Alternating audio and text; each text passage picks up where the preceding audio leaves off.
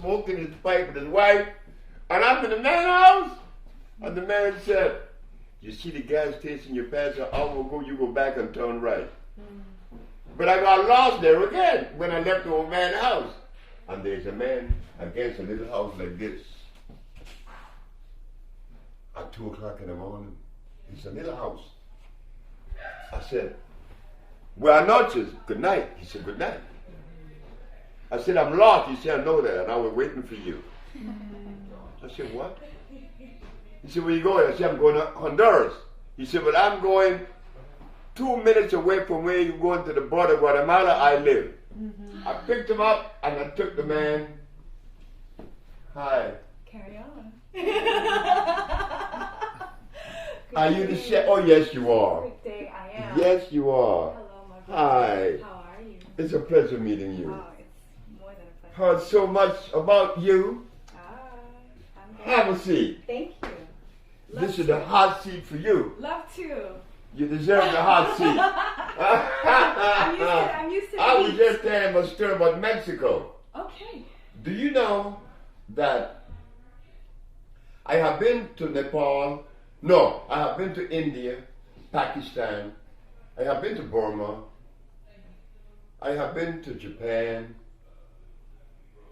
I've been to many places where you would assume people know about the cosmic reconnection. You got to go to Mexico. You would never associate Mexico with this type of understanding, or level of understanding, I mean, pardon me. But guess what? That's where the magic is. They, and they alone, they healed me. When I had gone to Russia, I was in England, I was in Africa, I went to Chinese medicine. Nobody healed me. I go to Mexico, and this Mexican healed me in 90 days. But when I begin to look at the Mexican integrity, I begin to see something very beautiful. Something that I never seen anywhere in the world. And I'm going to give you a taste of it. There's a man selling herbs. But he's bare feet, like I am. Bare feet. But it's drizzling. This is a place named Cuautla. Well, I'm looking at this man selling his herbs, but I don't know what these herbs are because I don't know. I don't know every herb in the world. There are trillions of them. I said, sir, what herb is that? He said, that is Tila trumpetia. And what's that for? He said, that is for crazy people like you. I said, but why am I crazy? He said, because your license plate says California. And this is Cuautla, Morelos. Where are you going? I said, I'm going to Honduras. He said, that's not the question. I'm asking you, where are you going in life? Because I'm a Mexican. And I don't even know Mexico City. And you left Mexico City yesterday. I said, yes, I did. He said, that's why I said, you're crazy. I said, well, he said, that's right. You got to obey nature. I said, yes, I have to. So he said, I asked him, how do you know that this herb is good for crazy people? He said, because it has a lot of oxygen. I said, but how do you know have a lot of oxygen? He said, I'll show you. He took a glass of water, he took a handful of the herbs, and he put it in the water, and in 2 seconds, blah, blah, blah, blah, blah, blah, blah, blah, blah, blah, blah, blah, blah, blah, blah, blah, oxygen. Wait. The herb is good for crazy people because it gives you oxygen to the brain. What herb is that? He said, that is Cenizo de Monterrey. Did Pablo find it? Last week? He found it.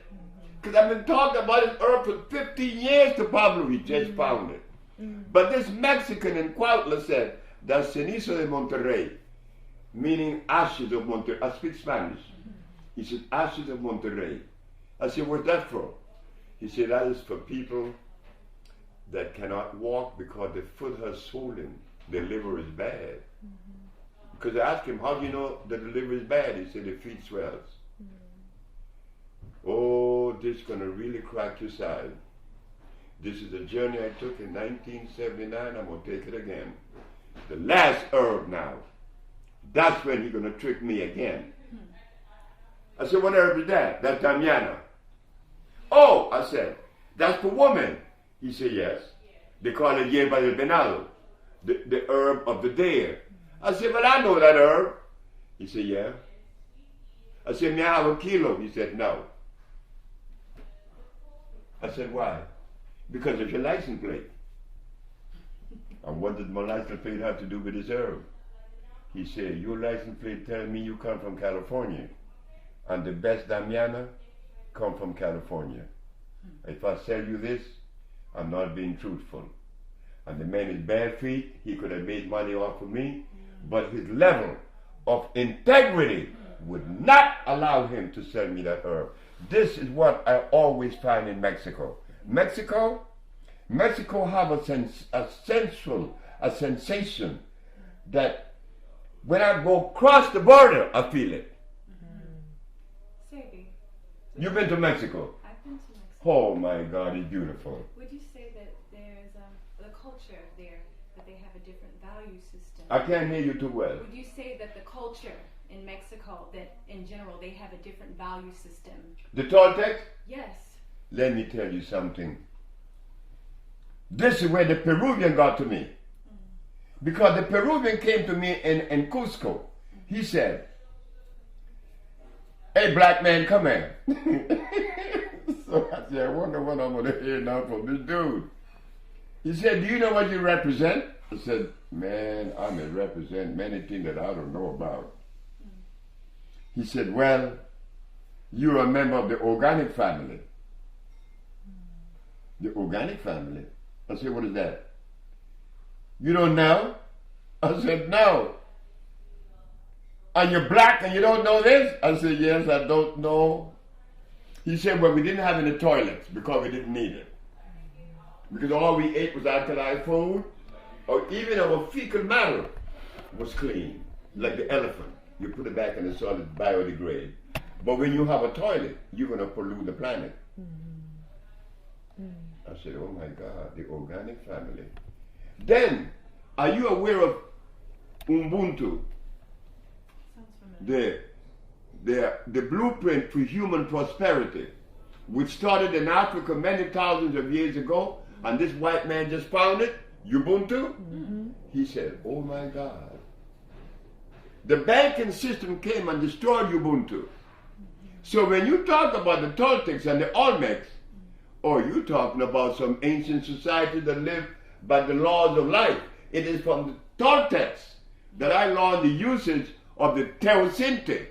The teosinte is a plant that you're going to experience in Honduras next week. It's a plant that they use to make tamales instead of corn. Corn is a hybrid. Corn is extremely dangerous. The Toltec use teosinte. I love Mexico. Like the pyramids of Mexico in Teotihuacan, they are 4 times larger than the one in Egypt. But the Mexicans don't go around boasting that. Because they're very humble. They're very humble people. They are beautiful people. And we should really get closer to them. Me, because I speak Spanish, oh, they just jump all over me. And I love them. I love them. I love them. I get more love in Mexico. Oh my God, these Mexican people. Her daddy, when he first came to see me, she brought him. She dragged the nigga by force, came to see me. And he started making fun of me. Because Mexicans make fun of life. They don't live life in that serious place. No, everything is beautiful. Yeah, I love Mexico. I'm going back. I was speaking about the Spanish culture recently and their value system and how you see their families always together. That's and right. You see them proud with their wives and their children, and they are not consumers on the level that we are consumers. And they don't value things, they value family. That's right. That's what I told brothers. I said, look, watch that Mexican. He got the baby. Right? He always have the baby in his arm. And then, if you take a Mexican and pay him $10 an hour, and you take a brother with the same family members, $10 an hour, that Mexican going to do more. Because his wife is not going to stress him. Mm-hmm. She with him. They value that family unit. It's important. And it is important. It is important. But it shows love. It shows love. Let me tell you something. They wiped me out in February last year. When I went to my shop, there was nothing in there. Wow. My wife, my manager, my daughter, the manager's daughter, and everybody else wiped and took everything away. Wow. A business that I had now for 15 years. Pablo, the Mexican, said, "What you gonna do?" I said, "Well, I'm going to take my tail and put between my legs and I'm going to roll over and play dead." He said, "You out of your mind?" Called Jenny. That's a Mexican. Jenny came. "What's wrong?" I said, "Well, they took out everything." She called her mom and borrowed some money and thought with her computer. That very day, this one showed up. Your nano showed up. "What happened?" I said, "I don't know." Your nano showed up with her boyfriend. Said, in a car. And I'm looking at this girl. I know she was like Ethiopian, but she came to buy something. You came to buy, right? And it's clean. Guess what your nano said? "I want to help you." Your dad would drive from San Bernardino to LA, which is about an hour and a half for free working for me. Then came her. These two and Jenny and Pablo, and we started the business all over again. Now the business is like, wow. How many people work there now? Is she number one, you see her number two, Jessica number three, Brenda number four. Who is number five? Beatriz. Beatriz. Beverly number five. Sonia. Mario. Valeria and Kevin, right? And what about the other Jenny? Jennifer. See? Yeah. So how many of you are there now? 11? Or 10? 10 of us. 10. 10. Running. But these two started it. Mm-hmm. But when she came, when Jenny hired her, I said, "No, I wonder why Jenny hired her." She's so fragile, so small. Wow. But when she opened her mouth and started talking, I tell her phone, I said, "Oh God, I better shut the fuck up." Oh, This wow. senior messed me up. This one here, she came in there like she knew everything from the start. But that's that African behavior. I told her one day, "You being an Africanist to me, girl?" And she did. But she's good. She's good at it. She's very swift. She's very fast. She's fast too, but she's shy. This one isn't. So you have all these various expressions of human beings. Yes. And it's so beautiful, girl. Yes. I love you guys. Where are you from, sister? I'm from Eritrea. I was thinking Eritrean, Somalian, something Right. Ethiopian, and you are from?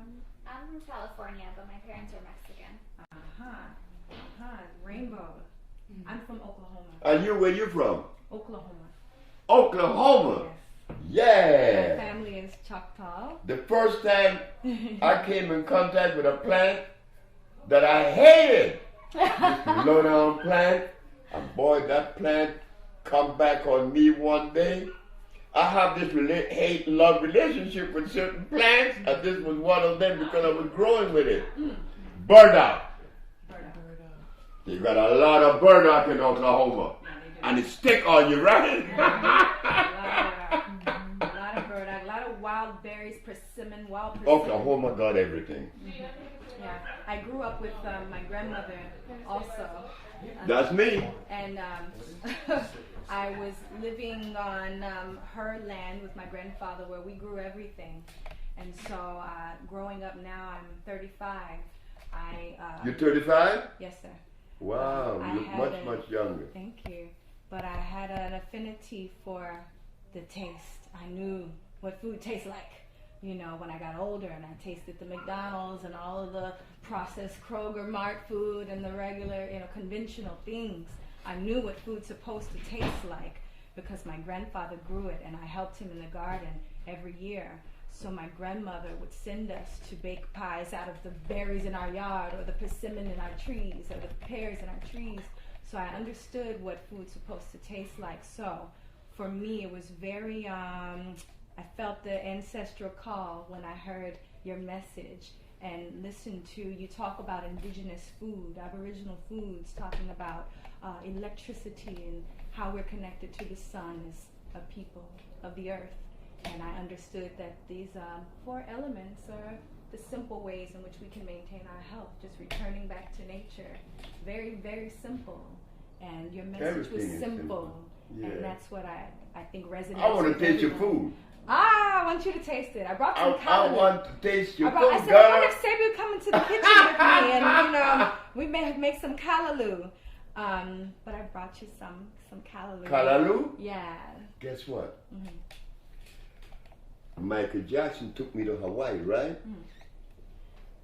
So Michael, he's famous. I'm not. I'm just another nigga there that nobody knows about. So I'm driving the car all through Maui. But I love Maui, girl. Maui's pretty. I gotta go back to Maui. Maui is nice. Guess what I saw? I saw callaloo growing thickness, like from this wall to this little wall here, for miles and miles and miles and miles. Wow. And the only person in Maui that's eating the callaloo is a Jamaican from Montego Bay. Wow. So I asked him, I said, hey, how come nobody eating the callaloo? He said, man, don't tell nobody that stuff is that good. Right. So I said, well, what the Hawaiian eat?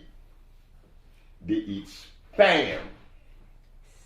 Do you know that the U.S. government, that company Hormel meat, they make Spam special for Hawaii? You're kidding me. And yet they got callaloo right there. You know about callaloo? I know you bad, girl. Oh, I love callaloo. I know you are bad. Callaloo is one of the most nourishing substance there is on the planet. And you want me to tell you something about callaloo? Do you know that in the Caribbean, callaloo seeds made a fool out of me? Amaranth? Callaloo made a fool out of me right in New York. I'm going to show you. In my very wise years, I used to grow wheatgrass. And an old lady came and said, you're dumb. I said, oh God. Mrs. Harleman, why did you say I'm dumb? Because you're dumb. You using that wheatgrass, that's wheat. That's acid. I said, oh shit. I got rid of wheat, right? So when I'm in New York, I noticed that callaloo growing all over the place. It grows in New York and Philadelphia and New Jersey. It grows here. But what the callaloo gonna show me that it will not show you in Grenada, in Trinidad, or in Barbados, or anywhere else but United States? Around November, the latter part of November, look for it. The flowers of the callaloo are going to produce some very small little seeds. They're pretty.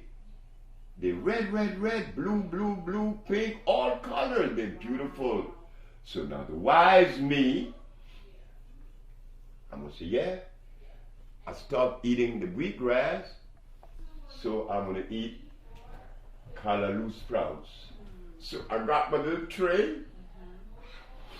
I put the medium, then I sprinkle the seeds on it. How long it take you for wheatgrass to grow? 3 weeks? And you got a nice grass? Callaloo ain't sprung yet. 1 month passed, no callaloo sprout. 2 months passed, no callaloo sprout. I goes in my bed in Brooklyn and I lay there. This damn callaloo is sprouting. And the callaloo say, you're stupid. I'm natural. I'm electrical. I sprout in the spring. Oh my God. Excuse me 1 second. Oh God. When the callaloo sprout, it was all over with. I'll be right back. Okay. I look at the callaloo and what it did to me, I said, you know, you never know how much you know until you confront reality. And then you know how much you don't know. And I love it. Then another one that tricked me was not the callaloo, was the blue vervain. I've heard you talk about the blue vervain. You know the blue vervain, right? That's a pretty plant. You commented about finding blue vervain and someone tricked you into thinking it was blue vervain, but it was not blue vervain. Is that true? That's right. The blue vervain home is Florida. Like when I saw the blue vervain in Florida, I said, oh God, this is not true. The blue vervain anywhere else in the world grow this tall the highest. In Florida, it's way up here. Wow. The blue vervain in another country, the flowers falls off at noon, not in Florida. So plants take on this character like everything else in life. They behave with nature. You know, they behave with nature. But when you mention callaloo, as a chef, I know you know what you're doing. I know you know what you're doing. Thank you. Callaloo, the Spanish government used to kill you if they catch you eating callaloo. In Spanish, they call it bledo. It's powerful. It's delicious. I love callaloo. When they were occupying Central America, they didn't want you eating callaloo because they know that callaloo gives you so much energy. I have to eat your food, girl. Well, it'd be an honor to prepare some callaloo. I gotta eat your food.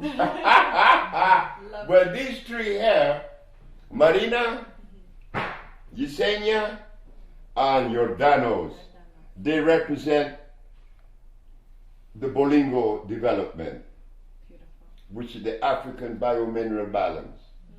But when you mentioned callaloo, I went straight to Hawaii. I went straight to Hawaii. You been to Hawaii? I've never been. You got to go to Maui. I went there with Michael. I was there 2 months. Wow. Michael Jackson. And we were eating callaloo. They experienced something. Jonjon. You know jonjon? Jonjon is a mushroom that only comes from one country, Haiti. It's a little mushroom this size. And when you take wild rice and you cook jonjon with the wild rice, oh God, you think you're eating the best thing you ever had in your life. If you take the jonjon and you cook it with the white rice, it would change the white rice from dextrose to dextrin. It changes the molecular structure. It's no longer acid. Because the mushrooms, as you know, the mushroom world is the highest electrical world there is in the vegetable kingdom. This is why the Russians used the mushroom to clean up Chernobyl. The nuclear waste in Chernobyl, mushroom clean it up. And the hogs are eating the mushroom and getting high. Really? Sebi, there's a lot of people asking about the mushrooms. They ask me every day, Aki, can we eat mushrooms? Is it electrical? It doesn't have a seed. It looks like a fungus. What is this? Can we really eat it? You see, when they talk about fungus and fungi, there's a difference. The mushroom comes from a world they call the mycelium network, along that in Mexico. The mycelium network is a network that grows about a foot under the top of the soil, out there, just a foot under. It grows like a web, spider web, and when the ozone level is right, they spring up. There is an ant in Brazil. He's a stupid ant. The ant knows the strength and the power of the mycelia. And he eat it anyway. But the mycelia are going to trick the ants. Because when he eat the mycelia, the ant's going to die. But the ants find his way all the way up to the top of the tree, and his head bursts open, and the mycelia uses him to spread himself throughout the valley. Wow. They recorded that, and that was strange. The mushroom world is the most electrifying world. Even outside of growing in the sun, they grow in the dark, yes? How is that? The shrooms, they grow in the dark, right? That's right. So how are they absorbing sunlight? What was the question? The shrooms, how are they absorbing sun? They don't need that. They come from a different arrangement altogether. When I ate the mushroom the first time was when I loved the devil. I loved the devil. And the mushroom did that. You know, for you to stand up in front of an audience and say that you love the devil, you better have some nerve. Boy, are you crazy? So I said, Mama, I said, why don't you eat these mushrooms? She was in Florida. So I gave her some. My mama locked the door. And she was in there for about 20 hours. And when she came out, guess what this woman gonna tell me? Son, I said, yes, Mom. Do you give this to all your patients? I said, no. She said, you should give them this before they begin the treatment. Look at her. My mama saw stuff. My mama saw herself being born. I gave it to a white boy named Preston Barrett. I charged him $200 for the treatment. Barrett gave me $4,000. So when I ate it, I was in Chicago. And I saw the devil. And the devil said, why you go around telling folks you love me? I said, because they told me that God made everything. And that everything God made is good. The devil said, you low down. You tell that to the Christians that always run away from me. I'm God's best friend. I know that. Satan. You push people to God. Say, why aren't you afraid of me? I said, well, God, if God is my Savior, why should I be afraid of you? That happened in Chicago. In that park on 48th Street. Look, these mushrooms are dangerous. Look at that. And Africa. Africa has some from the Congo. They're purple. When you eat them, you will see tomorrow. These mushrooms are so powerful. Look, we could tell you stories. I want to hear your side. I want to hear my side. I'd love to tell you some of my experiences, maybe off camera, with that. But I want to inquire about something that I think maybe you also have come into contact with, and that is ayahuasca.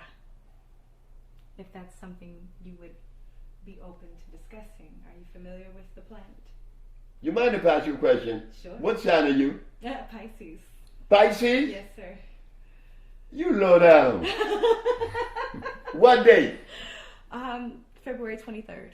The what? February the 23rd. The 24th? Third. First. Third. The third. 23rd. 23rd? 23, yes.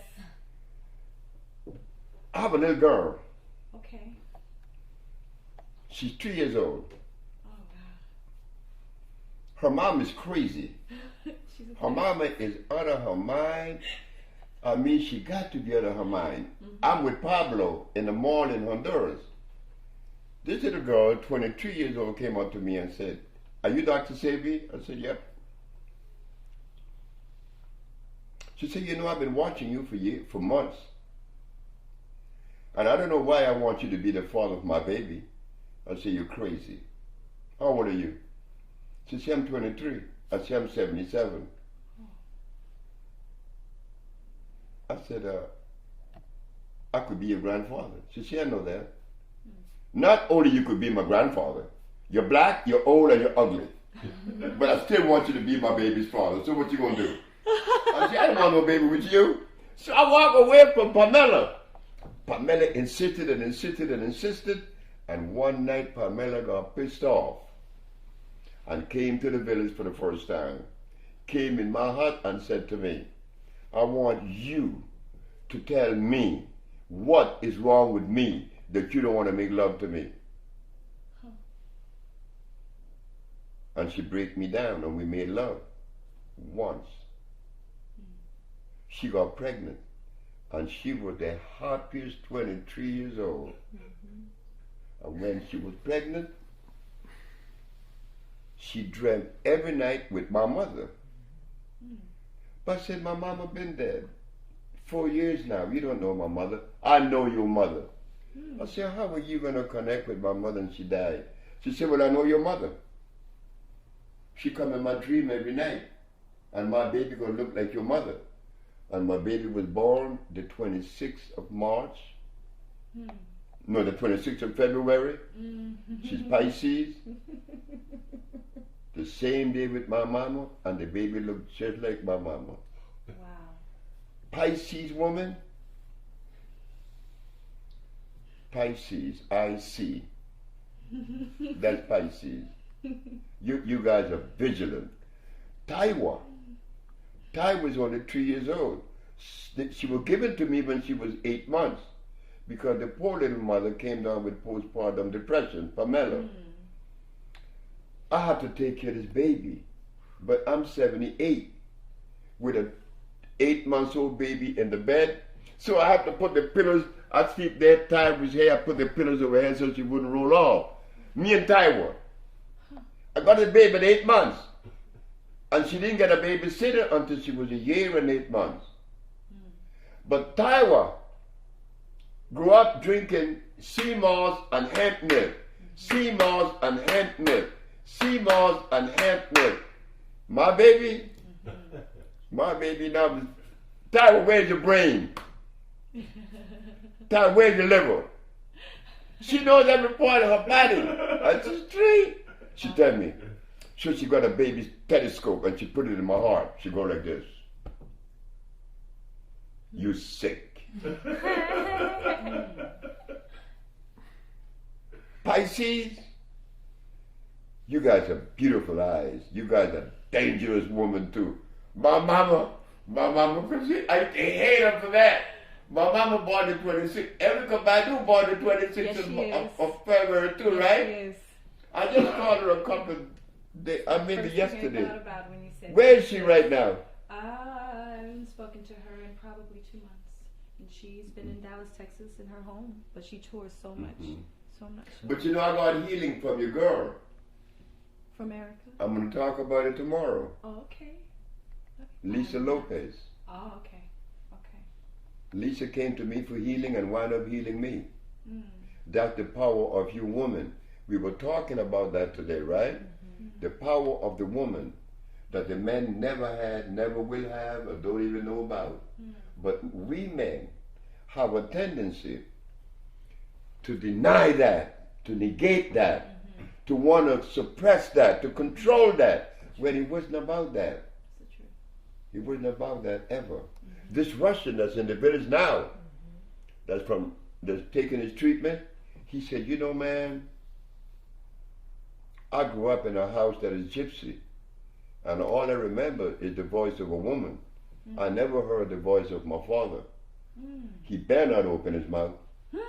No, he better not. Wow. Not a gypsy. But the gypsy male enjoy life better than the Irish man because he knows that the woman is the boss. And he have no problem with it. He surrendered. That's you guys. I love you guys.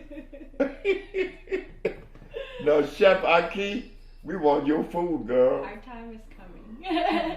Our time is here, actually. Oh, I'm glad to meet you. You know, wait, let me tell you what's been happening. Orel and his wife and Mr. G, Dr. Sebi, Chef Aki's coming. Is she okay? She's coming. Oh. So wait, guess what they did? This one has said, are you going to change your clothes? I said, no. That's what made for. And Chef Aki came there, she is. Did I have to change my clothes? No, sir. But she thought so. No, sir. No, I want you just. But you know what I like about it? That Orel, Mr. G, and all of them, and including myself, we were waiting for a very special person. And they thought that I was supposed to put my bow tie on and look presentable. No. And watch your mouth, Sebi, when she comes. Oh, no. I know. I don't watch my mouth. I'm known for not watching my mouth. That's me, loose cannon. Yeah. Mm-hmm. But I saw a flick of you that he showed me that you were, or you, where you fixing the soil. Oh. That is so What good. was I doing? You were working in the garden on your Instagram post. Oh, okay. Uh-huh. Yeah. Yeah. I hope one day you get opportunity to go to the village of Usha Oh, love to. in Honduras. Love to. Because we're developing organic electric agriculture. Mm-hmm. Let me go back to it a little bit, that you would see what we're doing. Mm-hmm. If you take a natural plant is electrical. It's electrical. Why? Because it has carbon, hydrogen, and oxygen as part of the structure of that plant. It has the ability, this is the soil, it sends the root all the way down in the ground, a natural plant. It takes all the natural minerals and convert it into a liquid. Only a natural plant could do that. A natural plant root convert the solid mineral into a liquid. What? Do you know that man hasn't made a laboratory to do that? Only a plant that is natural could do that. The process is called iontrophoresis. The ability to convert from a solid to a liquid. Okay. That's burdock. That's yellow dock. That's like the other one, which is the red clover. That's also the sarsaparilla.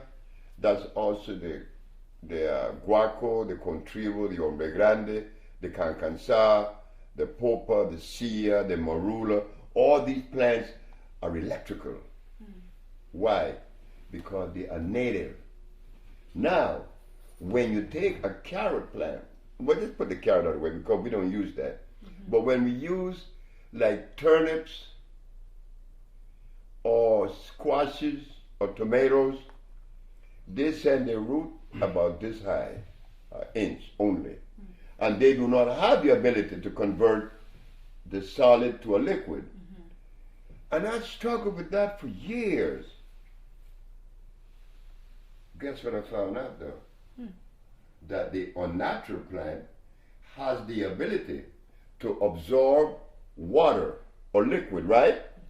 You absorb liquid. Tomato plant does. Cucumber does, right? When you put the water on it, it absorbs it. I said, oh yeah? So what I would do then is get the plants that are organic and electrical and deionize them by boiling them and pouring that electric liquid as a nourisher for the tomato, the cucumber, the okras, and you get a product that when you eat it, you say, oh God, I can't believe this. That has to be amazing. You have electrified a hybrid plant. And the product is sweet. The okras were large because, you know, I was influenced by Louisiana. I didn't eat okras in Honduras. I ate okra in Louisiana. Interesting. Because those niggas in Louisiana, they know how to cook stuff. They love okra. They cook stuff to kill you, but it tastes so good. God, I missed my poor boy sandwich. Very rich food. You know what I did? This nigga head's crazy. When I go to New Orleans, I buy 2 pounds of oyster mushroom. And I goes and I listen field by Jaegers. I say, hey, I want y'all to take these mushrooms and you prepare them. That David, you prepare the other oysters. These are mushrooms, and make me an oyster sandwich. Except it's not the animal; it's the mushroom. It's the mushroom. Oh, I know that was delicious. And I would buy my dry beer and go to City Park and sit down and pretend I'm in New Orleans in 1954 with my friends, or the Jean Jean, or here is Jean Jean. Here it is. Smell them, you see. Thank you. Smell them. Ooh. Yeah, girl. These, thank you, Aurel. I'm taking these to Honduras to cook. Look, these things. Oh my goodness. These are very good. These are like nourishing. You had them before, right? Jean Jean is powerful. Truffle almost. Like if you made an oil with it. Oh my. It's very strong. They're strong. Sheesh. I was with Michael Jackson when there's a woman in Orlando, Florida. They came in the room and she's talking English, but the English is kind of broken. But she's very light skinned. Looked like white. I said to her, where you from? She said, I'm from Morocco. Oh yeah? How many languages you speak? 5? She said, yes. Because everybody in Morocco speaks 5 languages. Everybody. Kids, 5 languages, no less. Wow. I said, where you from? She said, I'm from Haiti. I said, you know Jean Jean? She said, yeah. I said, could you cook me a pot of Jean Jean? She did, and brought it 2 days later. Michael Jackson ate half the pot by himself. This stuff is so delicious. Wow. Oh God, Jean Jean is delicious. So we learn every day, right? Yes. We learn every day. But I'm glad to meet this grand chef. Oh, Chef Aki. I'm more glad to meet you. And it's so timely because I'm just now Like about everything to. else. Indeed. I'm launching my first book. And I was just writing the foreword in the book. And I gave honor to some of my honored ancestors who have passed and some of my living elders now who have kind of been the cornerstone for my research and my work and my passion. And I said, I have to stop and give honor to Dr. Sebi before I can go any further in this work, because listening to him since 2002, I flew from Texas to Atlanta to come and see you. And since that time, I was researching hybrid food. And I said, I can't put this book out without giving honor to him. And in the past 3 weeks, I've had pressure to put it out. And when I heard you were coming, I said, okay, this is why this hasn't happened yet, because I have to see my elder before I can release this book. And to let you know that your work has spearheaded a movement with young people all over, and that indigenous cultures all over the world, Native American women like myself, my Native family, my Cree family, my Seminole family that I'm very much in contact with, I'm teaching them about indigenous and aboriginal foods, and as well as a lot of the Hispanic brothers and sisters and the Eritrean brothers and sisters, the young people. We are getting the message, and we're teaching the young, and we're moving that message forward. So we honor you. And I was sitting in a circle last night of about 30 people, and I got dressed and I hurried up and came here. But I spent my night in a prayer and in a meditation. And in my prayer, I was singing some of my native songs, and my grandmother came to me and she said, you are not going to do an interview today. You're going to have a chit-chat with your elder, and just to honor him and to listen. You're so humble. But this work is woman. You laughing, but it's the truth. Good. Everything about me is about women. Everything. Awesome. I never had a father. Never had a male voice in my ear as a child. Had a mom and a grandmother. Then I came into the world, and then the people that women are married, they were always controlling me. And the woman that gave me the name Sebi, it was a woman that said I was a healer. And when they took me to this crazy woman on Adams Street, you been to L.A.? Yes. Right, Adams and La Brea, there's a woman there that used to say all kind of stuff that belongs in the spiritual world. And she looked at me and said, why don't you do what you're supposed to be doing? I said, why don't you go to hell? I was pissed off because I couldn't see it. But they were messing with me. And they were women. And there was one that really messed me up. I took her to Mexico. Because Mexico is my favorite place in the world. Beside Africa, Mexico is the shit. When I got to Mexico, this woman is going to buy a robe. I saw about the robe. Beautiful robe. And the woman that selling the robe named Josefa. Josefa is so bad. She made one dress, and it is 4 dresses in one. You put the dress on right side up, backwards, and frontward. You put inside out, backwards, and front. And it looked like 4 different dresses, one dress. This Mexican woman is so creative. She told Patricia. She sold Patricia the robe. Patricia, when I get to LA, Patricia, you a healer. And you're going to wear this robe in front of me as a healer until you're full of shit. And I threw the herb in the corner, in a trunk. 1975. 1982. A Sagittarius male, like this nigga here, Mr. G, says, from Honduras, we have Dr. Sebi in Washington, 1982. The healer from Honduras. And when I came on stage, and I look at the audience, Patricia Yates, who said that I was a healer, was sitting right there. Wow. I want to cry. I want to go to the floor. She looking at me like, so she knew. See, your woman has an energy that responds spontaneously in the moment without being preconceived. And you guys don't even know you have it until you have to face a situation where you have to act. And then it comes out. You guys are cosmically in tune, not we. We are to a certain degree, but you guys are the one. That's why when I heard the thing about the lion and the king of the jungle, yeah, he may be, but his mama taught him everything he knows. Who is she?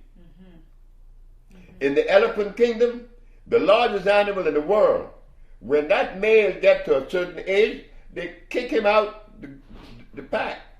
Because this is a woman thing here. And they kick him out, and he better leave. And he be bitching, but they kick him out anyway. When I was growing up, there's one person, if you ever come to Honduras, you'll meet him. You know him, Marstel. He's the only one alive that I grew up with. I'm 82, he's 80, he's 81. Miss Gambo, Miss Marin, Miss Wright, Miss Phillip, that's my grandmother, Miss Roulette, Miss Patterson, Miss B.B. Simmons. These are the women that control the society. So I grew up in a matriarch society. You understand? And it was beautiful. But the men of the day, they allowed the woman that privilege, that particular energy or that position. The men didn't have any problems. And Mr. Miller, he was the ugliest man, they say, and he married the prettiest woman there were in the city. Mr. Miller didn't care about no ugly or pretty or good looking. He didn't play that. He was a sharp man. I love him. So I grew up in a matriarch society. So it was easy for me to see the strength of the woman. So you tell me that you were chef, Oh, I would love for the village to have your food. I'd love to. That's right. How long are you here? Well, I'm leaving on Tuesday for Honduras with Marina. Okay, that's plenty of time. Yeah, I'm going to Honduras. We're going to the village because we'll be developing the organic electric food. Okay. Yeah. I have some clients who I cook for who are on your program currently. And I have a bunch of followers who are dying to hear from you today. And they've sent me a couple questions. Do you mind if I ask you their questions? Oh, you could ask me any question. Okay. Well. Draw the chair closer. Okay. Let me help you. Thank you.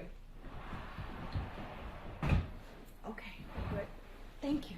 All right. Let's see. So one of the first questions that comes from a brother named Lazan. His name is Lazan. Yeah. Okay, Lazan, I believe he's from Alabama, and he wants to know, he is pre-diabetic. Brother's about 6 foot, 200 pounds, and he's had a life of maybe 36 years of eating really horrible food, and he is now taking maybe 40 pills a day from Cell Food company, your company. And he wants to know, is there a way that he can take all that liquid and put it into his water and drink it that way, because he's overwhelmed by all of the pills and all of the liquids every day, the AM, the PM, all of the pills.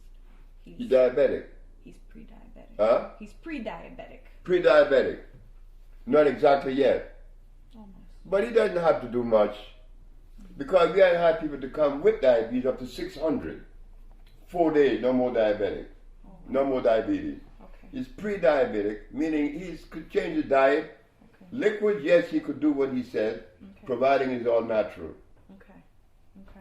So if he's taking, say, some of the electrical elixir, the liquid compounds that you provide, he wants to know if he can, instead of taking 1 teaspoon of 10 different liquids, he wants to know if he can put it in his water and drink the jug of water that way. He could do that. He could do that. Yes, okay. he could do that. He was afraid of mixing the compounds. Yeah, he could do that. Okay. That was his question. Second question.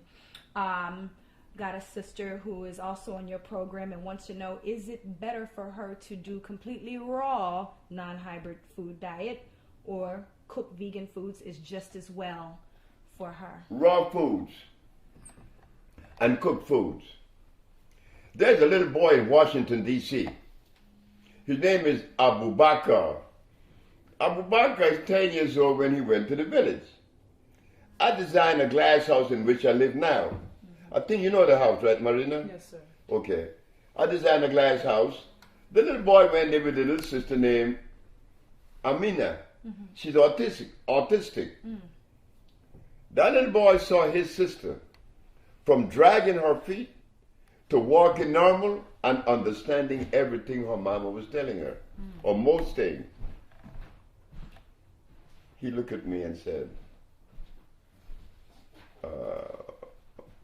I know how you build this house. I said, how? You drew 3 circles and you joined them together. And that's what I did, but nobody see that. But that little boy brought something out. What was the question that you asked? She's on your program. She wants to know if she should do raw or cooked. Yeah. So the little boy said, you know, I took that compound that you gave Amina. I call it the intelligent tonic. And his mama showed me the grades. Didn't show me the grade, but he brought grades home that was A's. Mm-hmm. She lived in D.C. She was there with him. What I saw was this, that this little boy is seeing the benefit of all of this, but everything that I gave them was cooked. She went, wait just a minute now. It is said that if you eat something raw, it will be better than cooked, because when you cook it, it loses its energy. Not so. Never that. If you take something raw, like Brother Aris, Brother Aris use the sun-dried food, sun-fried food.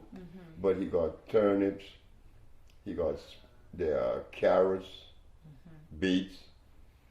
But these things are hybrid. Whether you cook them or you eat them raw, you're not going to get any benefit from them because they're hybrids. But if you take something natural, like the teosinte, which is a plant that's natural, you cook it, you get energy. If you don't cook it, you get energy. Why? Because anything that's natural has energy, and you cannot kill energy. It's displaced from one state to another. Gotcha. So it doesn't matter. You could take something natural, a natural root, and you could eat it raw and you get the energy. You could boil it, you get the energy. You could burn it to an ash and grind the powder and you put it in water and you still get energy. Gotcha. As long as it is native. Geology call that native plants. Because the plants, like carrots and beets and turnips, they grow through the process of photosynthesis. Not a natural plant. He's photovoltaic. He's electrical. He's come on a different category altogether. So yes, if it's natural, you could eat it raw or cooked, you're going to get the same amount of energy. If it's unnatural, if you cook it or not, you're not going to get any energy. Wonderful. Okay. Next question. This question comes from a sister in Ohio. She wants to know, she's biracial, and so is her son, who is actually been sent home, 13 years old, basically sent home to die of brain cancer. And she wants to know if this electrical diet and electrical cell food is for her and her son, being that she is multi-ethnic, biracial. I get this question a lot about DNA and how it affects, I guess, indigenous food or electric food affects the biracial community. The vibration of the body. Biracial. Yeah, how does it affect them in general? But it's a brain problem. That's a brain problem. Now, when you talk about brain or you talk of any part of the human body, you talk about minerals, right? Yes, sir. Okay. I learned this from your brother, Benjamin Banneker, the man that built the White House and many other things. If someone want to run in a race, then you treat the muscles. You talk about mannitol. That's a natural substance that comes from the potassium iodide world, that comes from the ocean. But if you want calcium, you go to sea moss for the bones. But this other person here has leukemia. I got to go to the blood. So I have to find the herb that has the same cellular vibration of the blood. That's iron. But now you're talking about brain. I cannot talk about iron or calcium. I got to talk about what? Carbon and copper. That is what the brain is made of. Carbon and copper. So the minute that someone talk about brain or any part of the human body, you already know what mineral to associate it with. But copper and carbon has two expressions. You could go to the mine in Oklahoma and find copper. But you go to a plant and find copper. Which one you want? The plant, because it has carbon, hydrogen, and oxygen, and copper. The copper by itself is a protoplasmic poison. It's what you call an oxide. You see, every mineral on the planet, there is a plant that represents that mineral. Like gold, there's a plant that has gold. There's a plant that has silver. There's a plant that has iron. There's a plant that has phosphorus. And there's a plant that has sulfur. So we get the composition, we get the plant that has the composition of what? Carbon and copper. No, carbon and copper, right? And you got it. Yes, we do. Okay. We have something for that condition. Wonderful. And how does it affect the body? It doesn't affect the body. It assimilates because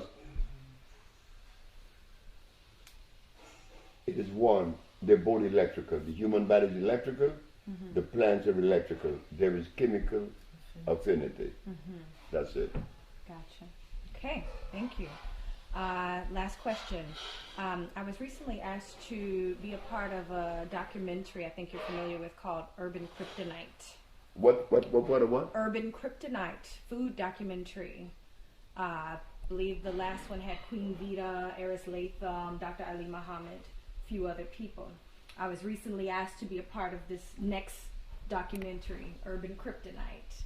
And I asked, I said, I saw the first one, where's Dr. Sebi? Why isn't he in Urban Kryptonite film? This is the film that is supposed to enlighten our community on health.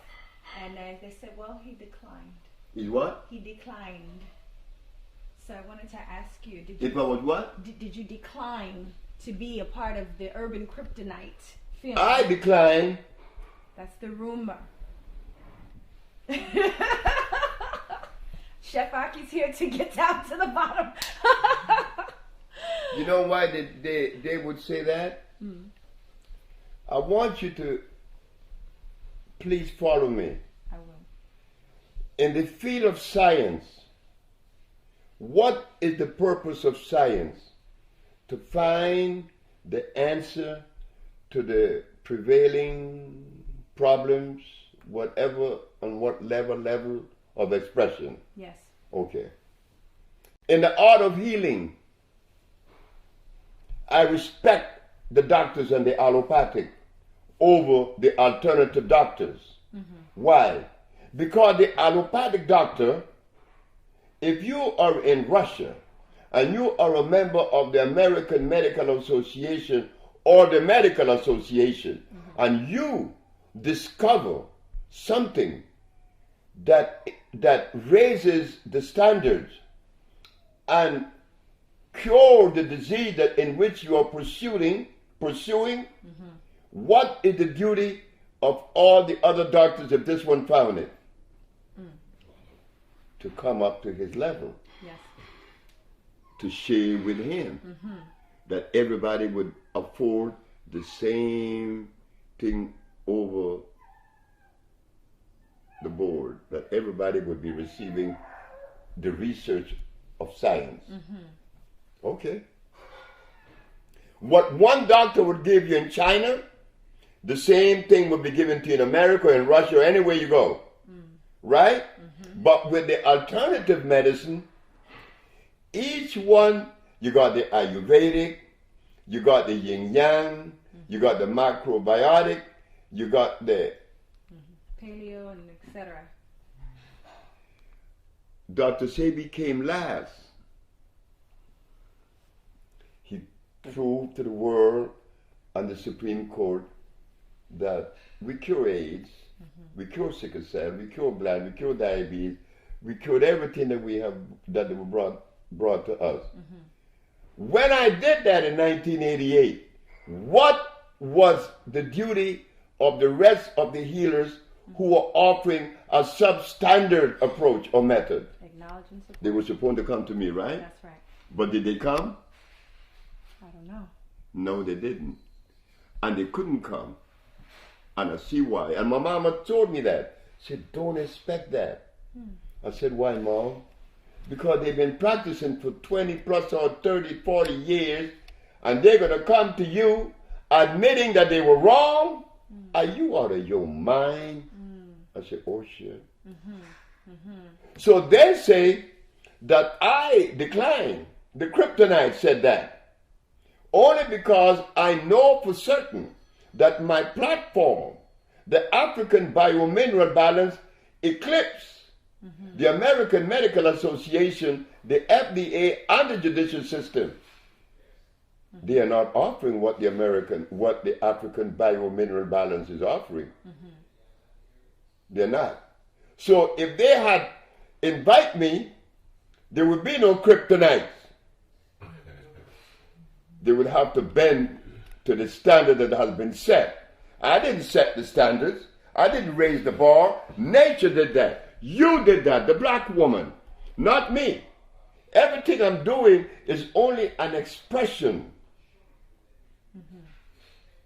of the black woman.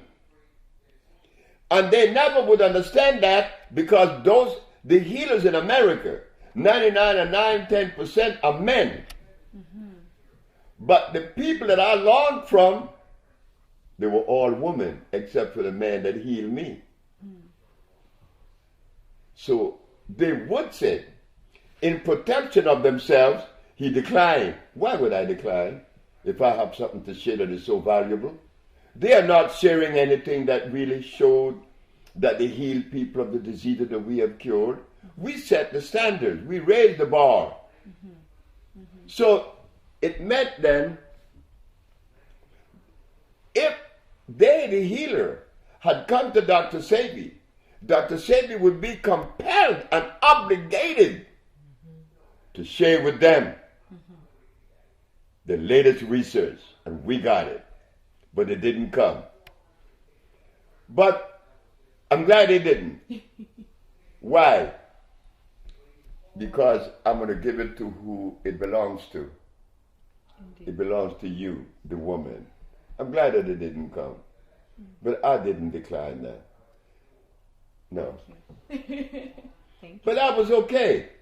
Because, A, they look at me and they criticize me. Dr. Ali said some very ugly things about me. And that was okay. Because he had that right. He's part of a group that I remember 50 years ago that indulges in literature. Healing is not about literature. Healing is not about science. It's about a reconnection to the vibration of life. And they have not visited that particular place because they're still offering golden seal, aloe vera. They're offering soybeans. They're offering echinacea. They're offering garlic. And these things are deadly. So when Dr. Ali said things about me that he said, well, I didn't feel bad because Dr. Ali haven't cured the disease that we have cured with the African biomineral balance. So why should you give him any energy? He's talking. We're not about talking. It's not about talking anymore. It's not about condemning. It's not about finding faults in anyone. I had to stick my neck out in their favor, but they thought that I was doing the wrong thing. When I placed the ad in the papers in New York, AIDS has been cured by the Usha Research Institute, and we specialize in cures for diabetes, sickle cell, lupus, herpes, blindness, paralysis, impotence, cancer, and others. We meant that.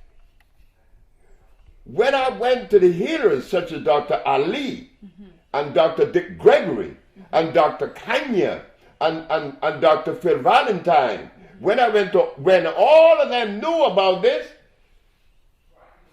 they didn't support me. They ran away. Why? Because the Attorney General, Mr. Robert Abraham, said, I got the biggest mouth in New York in jail. And when I'm through with him, I'm going to put him under the jail. I heard the Attorney General said that Wednesday. On the Thursday, I'm supposed to take 9 patients to the Supreme Court, proving that I cured these diseases.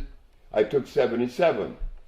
When the Attorney General heard and saw that by his spies, that Thursday afternoon, he sent his man to tell me, tell Dr. Sebi that if he stopped doing what he's doing, that I would drop all the charges. But then he's saying that after there was overwhelming proof that I did it, I wasn't going to back up. I'm not into this thing because I am a healer. I am not a healer.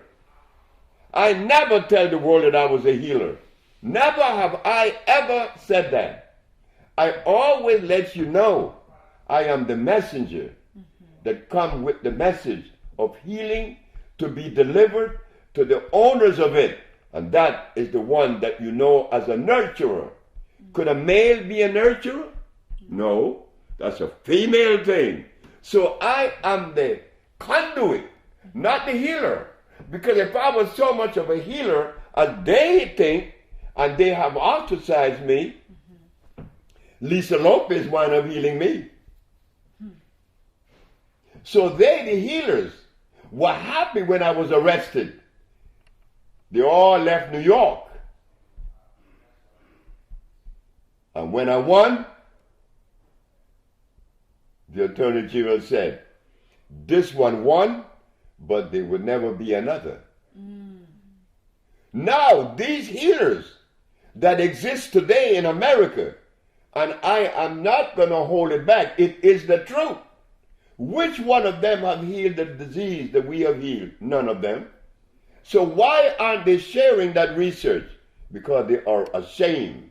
They are embarrassed to know that they have been healing or presenting themselves as a healer for many years, and they have not healed those things. But the healing that I come with, again, came from women. I'm not ashamed to say the truth.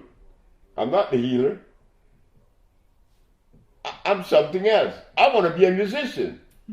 And the nigga want to be a musician. But nature said, shut up. You're to bring this message.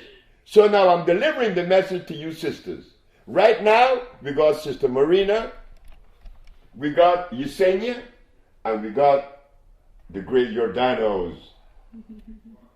And there will be some more that we're going to select to be part of this healing journey. I'm not a healer. I'm the messenger. So, Dr. Ali, poor fella, he got to keep on talking. And he will keep on talking. And I've been around for 47 years doing this. And all the people that I remember were talking, they're still talking. And they will continue to talk. I don't like to talk. I like to do things. Right now, we are on the Bolingo development, the $200 million project. Health centers throughout the United States, Caribbean, and in Africa. We can develop a cereal out of the natural banana. They call it the chata ceniza, which has no starch. We can develop a coffee that has no caffeine, that's good for your kidneys. We can develop a whole bunch of other things. Right now, we have to develop the organic electric agriculture. So you see, they who were saying that I declined, they have to protect themselves. They didn't ask me. They are not telling the truth. They're not exhibiting the level of integrity that they should. You don't do that. You don't do that. I would never say anything about anybody in America, and I have never said anything about anyone in America that would demean them, because it isn't necessary. We got some work to do. Indeed. Thank you, sir. And it's beautiful. But I'm glad I met you. Do you know Lauren Van Der Poel? Yes. Good friend. You know Lauren? Yes. She's another one of you. Yes. Yeah. Yeah, definitely. Yeah, beautiful. She's beautiful. Beautiful. She could cook. Oh, yeah. She made a soup one day. Oh, God, what a soup. I want to try your food, though. Oh, I can't wait. Will you be able to go to the village one day? I would love to go. Well, you're welcome. Years. You're welcome. Thank you. Love Because Marina's going on Tuesday with me, and I promise that these sisters that work in the office in LA, starting June, each one would take a week off and go to the village. Each one, that they would experience the village. They have to. Wonderful. Yeah. Wonderful. Oh, it's so beautiful meeting you. Oh, it's beautiful meeting you. Oh, yes. So when are we going to try your food, Chef Aki? I'm thinking I need to come and make sure I feed everyone before I leave, or before you leave. I don't know, maybe dinner on Monday. You know, Yeah, I have to get prepared. You have a lot of people here. you don't have to do I have it to go now. grocery shopping. I just bought a little callaloo. But You bought some? I brought you some today. You bought some kalu I today? did, yeah. I Oh brought you my a God, bundle kalu is I stuff. brought you some. Hey, you know something? Orel came in here. You know, it's something about you women and us brothers. A brother that become in tune with sisters, he's very careful and he's very protective.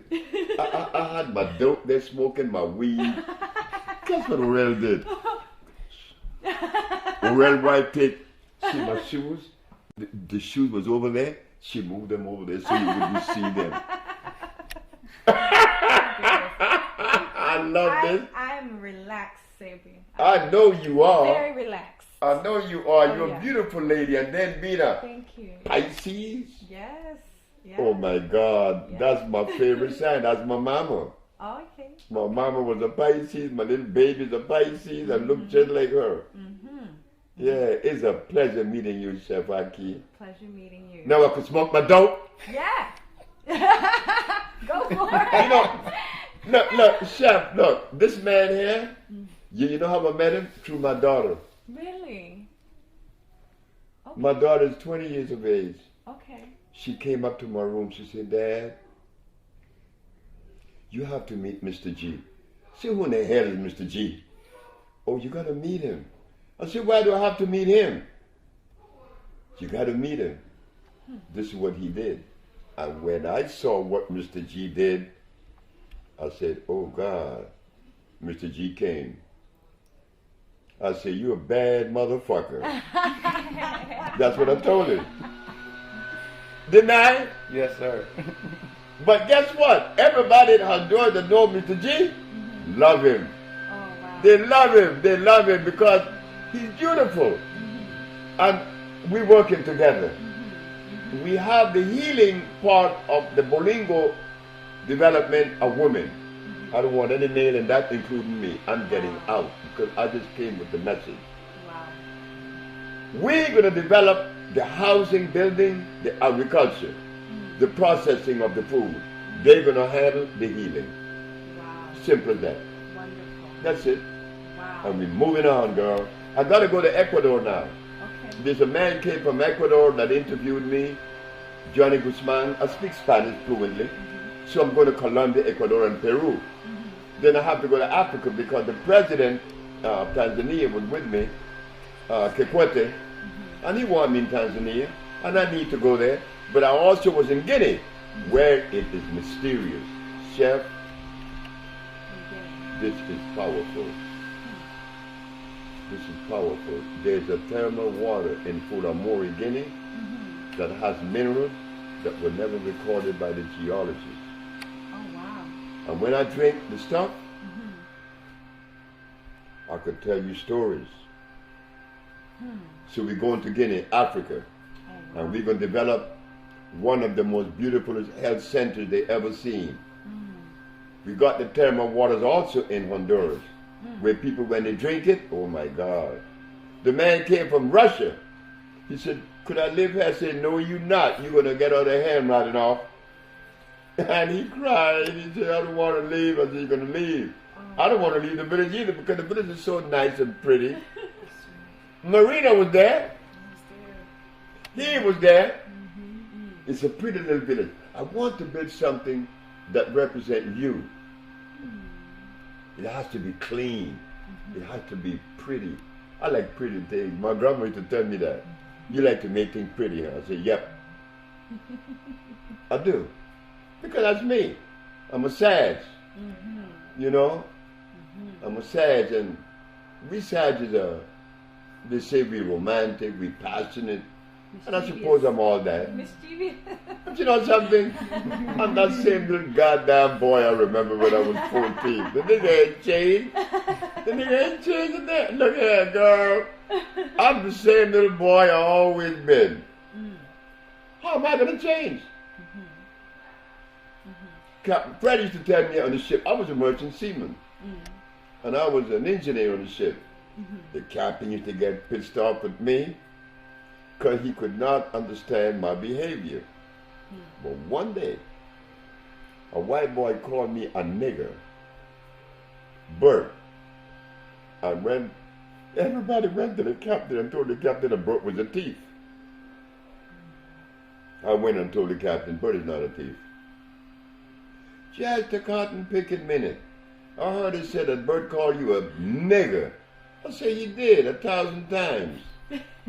Why don't you call me a nigger, captain? And see how that's going to reverberate or how it's going to resonate with me. The captain looked at me and said, you don't care, don't you? I said, I don't care about anything. I just live. That's right, I just live. There's nothing special about Sebi. There's nothing. What the hell is special about the nigger? Just another nigger.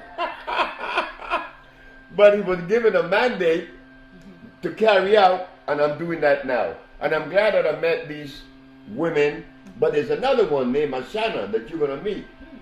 She's from the St. Helena Island, right here in South Carolina, right? St. Helena. Oh, yeah. Yeah. I was there. That's a pretty place. South Carolina's beautiful. The people live so humble there. Beautiful. They make baskets and stuff. They're beautiful people. Geechee people. Yeah. But I know you're all enjoying Chef Aki. Yeah, you have a rainbow coalition going on up in here, Sebi. It's like a rainbow of cultures. Yeah. It's beautiful. It's happening. Yes. But I survived for you. I survived for you. You know why I said that? 1988, 26 years ago, 27 years ago, I won the case. Why didn't they support me then, the healers and the leaders? They weren't supposed to. It wasn't time. I was supposed to survive until now. You guys are the one taking this. The young American adults, whether black or white, whether Chinese or Caribbean or European, you all are resonating on the same level. Oh yes. The only teenager that isn't resonating on that level are Arabs. But Mexicans, or all Latin America, and America, and China, and America, they all are resonating on that beautiful vibration. Change. So you all are supporting it. My age, they all are dead. And though they aren't dead, they don't want to hear what I have to say because it's kind of difficult for them. And I don't blame them. I don't know how I was able to maintain a certain level of whatever it is. But I laugh every day when I wake up because I'm the little boy that never been to school. I never go to kindergarten. I didn't go to grade school. I didn't go to any school. I just grew up. Interesting.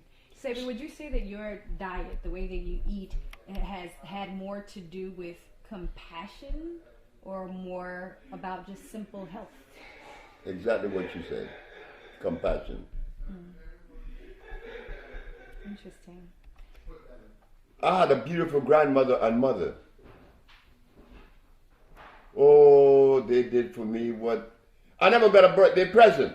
And I used to wonder, buy me a birthday present. Everybody get one. My grandma said, you're out of your mind. Did you come out of your mama's pussy or she came out of you?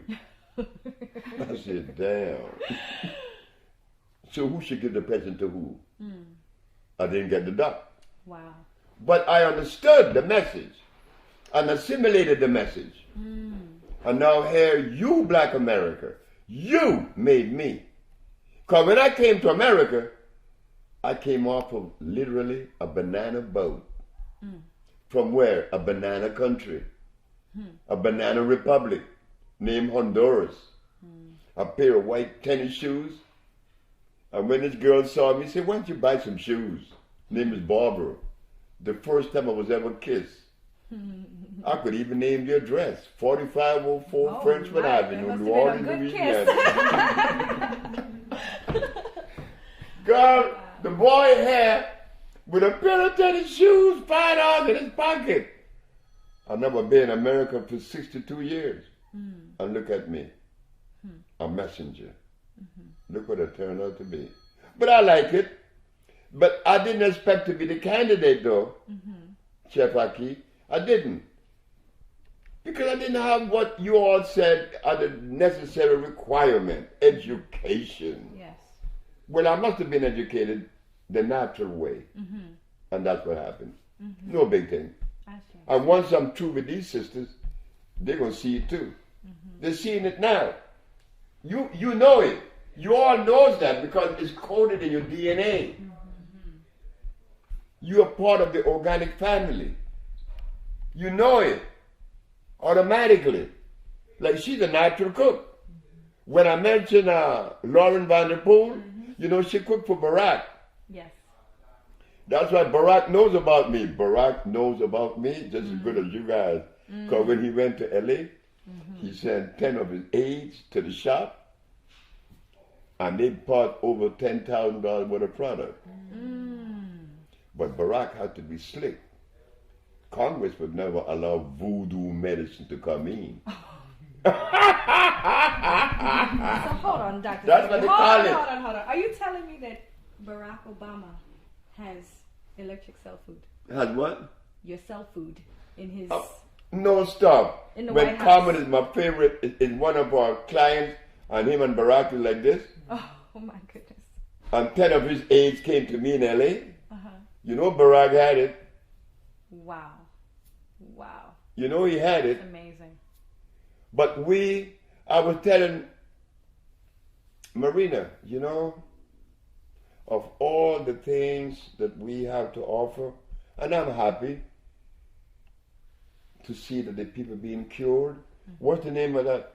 They were showing me something one day recently, the little boy in England that had the things on his face. I don't recall. Come on now, they send it. His mom's name is Ruby. She sent us an email with pictures of a little boy who's been suffering from eczema. And so his eczema was pretty severe, and possibly within a month and a half, he was completely cured from the eczema. So like just the rashes that were on his face and throughout his whole body.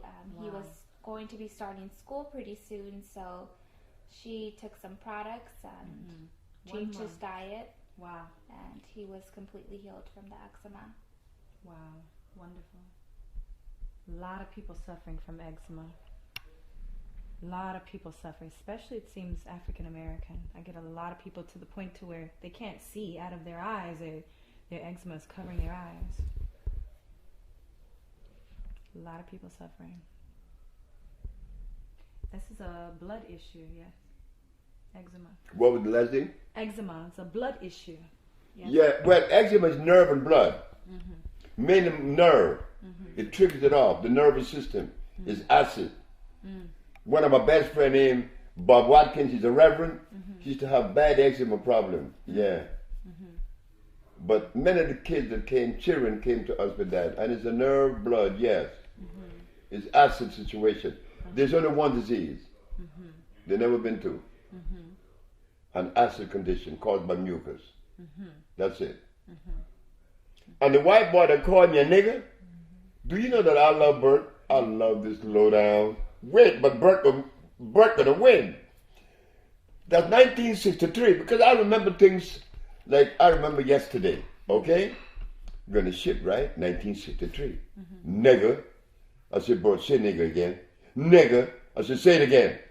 And he wouldn't. I said, you're not gonna say it, Bert. I'm gonna say it. Nigger.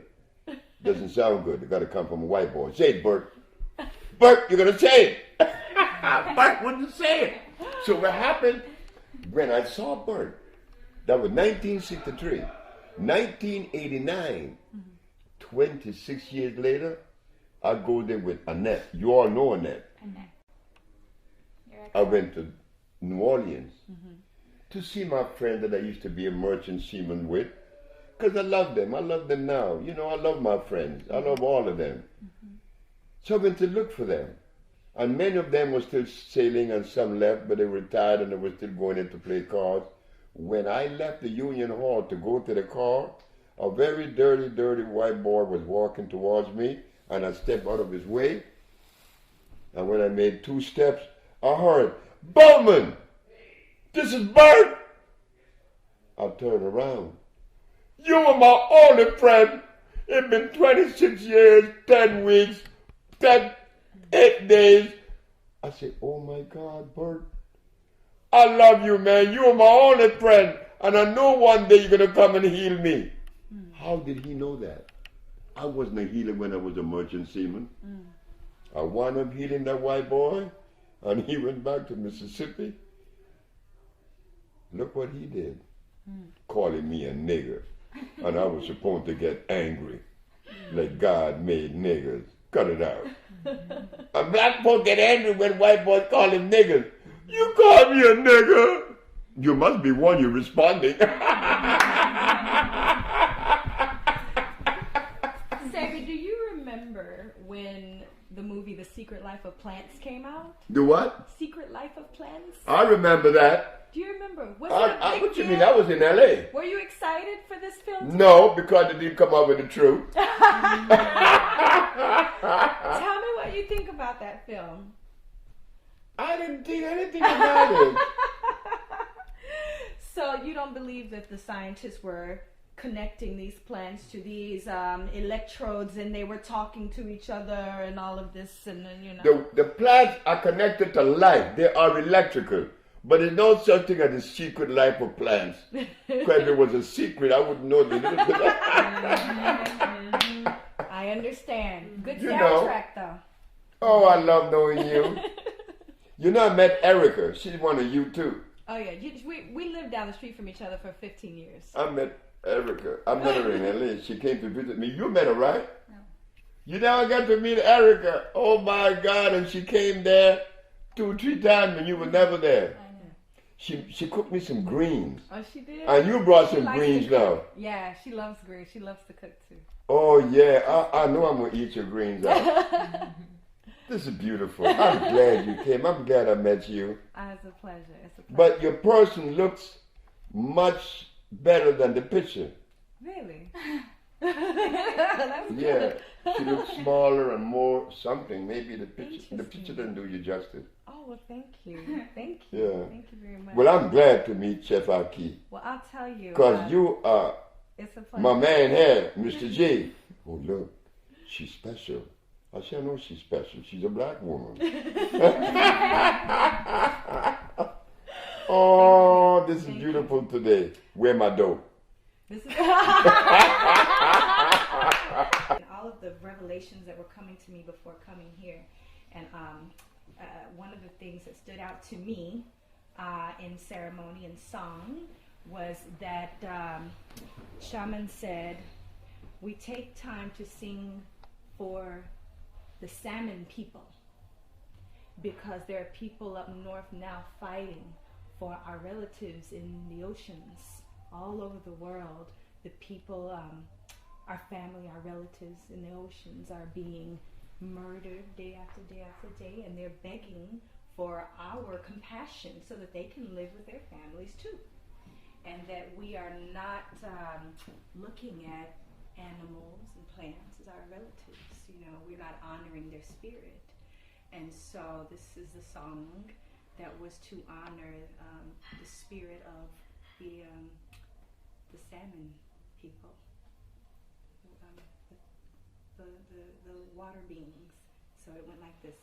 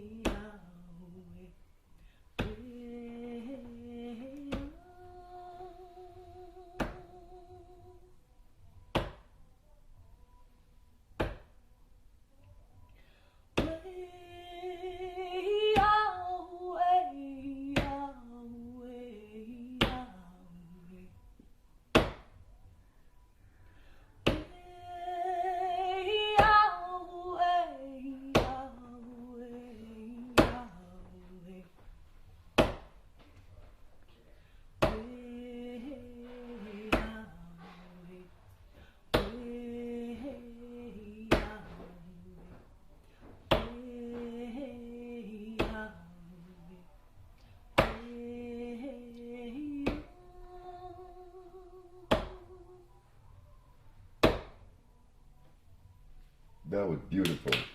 Yeah. Yeah, that's beautiful. You know, I have a music that comes from the Navajo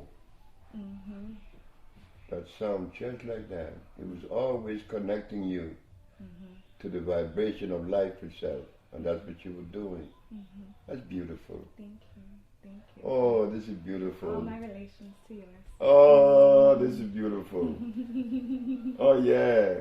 So when you think you'll be able to go to Honduras because... Honduras. Okay. Yeah, anytime. Hey, I have no children. I have no mates. I'll go. Well, we're going on Tuesday, right, Marina? And there are a lot of people there from all over the world, from Russia, from China, from Hong Kong. Wow. I had this man from Hong Kong. I said, how you know about me? Say, the internet.